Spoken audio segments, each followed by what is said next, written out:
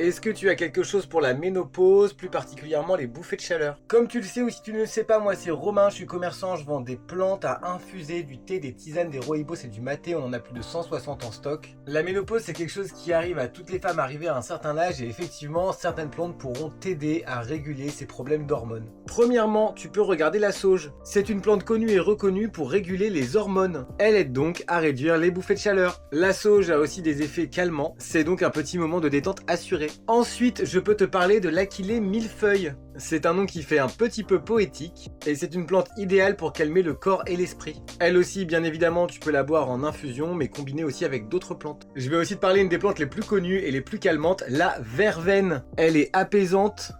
Elle est aussi relaxante, elle aide à diminuer le stress qui souvent arrivera aussi avec la ménopause. Et si jamais tu as l'impression d'avoir des bouffées de chaleur et que tu commences à devenir une baraque à frites, et ce que je peux te conseiller, c'est d'ajouter une petite touche de menthe à tes infusions. Bon, on est d'accord, ça n'arrêtera pas complètement tes bouffées de chaleur, mais au moins tu auras l'impression de te balader dans un petit champ de fraîcheur. En complément alimentaire, tu peux aussi regarder pour le trèfle rouge, les graines de lin, et encore une fois la sauge avec laquelle tu peux cuisiner aussi. Et pour tout ce qui est régulation du sommeil et de l'humeur, tu peux regarder pour consommer du houblon, aussi en infusion, mais aussi dans la nourriture. Alors bois pas de la bière, hein, c'est pas le même houblon. Et tu peux regarder aussi la valériane qui t'aidera énormément. Et n'oublie pas que chaque corps est différent et que chaque personne est différente. Ce qui te convient peut-être à toi ne conviendra pas à ton voisin. C'est à toi de tester et de voir ce qui te conviendra le mieux. Petit disclaimer, comme d'habitude à chaque fois qu'on parle de plantes et de santé, je ne suis pas médecin et bien évidemment si tu es sous traitement médical, il est conseillé de te rapprocher du corps médical pour savoir si les plantes que tu souhaites prendre en automédication